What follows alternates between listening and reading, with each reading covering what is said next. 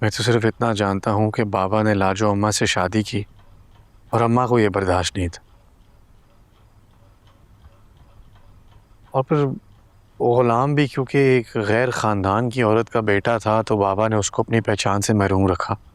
जब इतना सा सच जानने के बाद तुम्हें लाजो से इतनी हमदर्दी है तो पूरा सच जानने के बाद कितनी हमदर्दी होगी।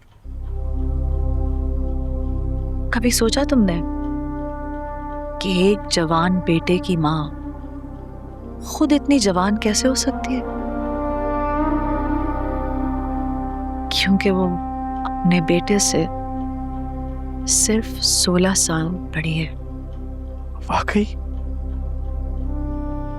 ये तो मैंने कभी सोचा ही नहीं। तो गुलाम लाजो अम्मा का बेटा नहीं है? कहानी क्या है मुझे बताए ना अम्मा को। रहने दो, तुम्हें अपने खानदान से नफरत हो जाएगी और ज्यादा नफरत सह नहीं सकोगे तुम। नहीं अम्मा को, मुझे सारी कहानी सुनाए। ये उन दिनों की बात है जब मैं मैट्रिक में थी। चांदात की शादी को 6 साल हो चुके थे। अम्मा साहबजान को कई लेडी डॉक्टरों के पास लेकर जा चुकी थी। हर जगह से एक ही जवाब आया था, मसला कोई नहीं, जब अल्लाह की मर्जी होगी तो बच्चा हो जाएगा।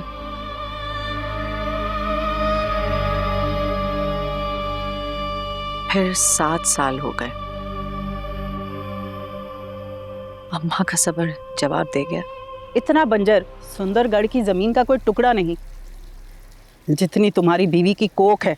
अब आपको तो खुद डॉक्टर ने कहा है कि जब अल्लाह चाहे दूसरी शादी कर लो। अम्मा बीबी, डॉक्टर अभी मायूस नहीं हुआ। मगर मैं मायूस हो गई हूँ। मैं अपनी बीवी से मोहब्बत करता हूँ। मोहब्बत का शादी से क्या ताल्लुक? वो मर जाएगी। अगर बेवफाई के नाम पर औरतें मरती ना तो आज माशरे में सिर्फ मर्द जिंदा होते। मैं तुम्हारे दिल से ना खेलती। एक तरीका है मेरे पास।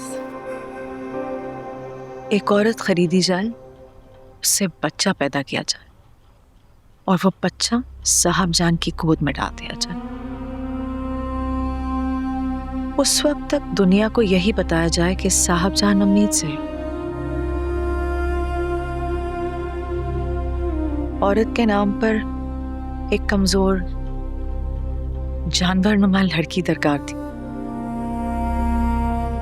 जो कम गो, कम उम्र और कम हिम्मत हो, मगर खूबसूरत। इसके लिए हमारे मुंशी की खिदमत दरकार थी।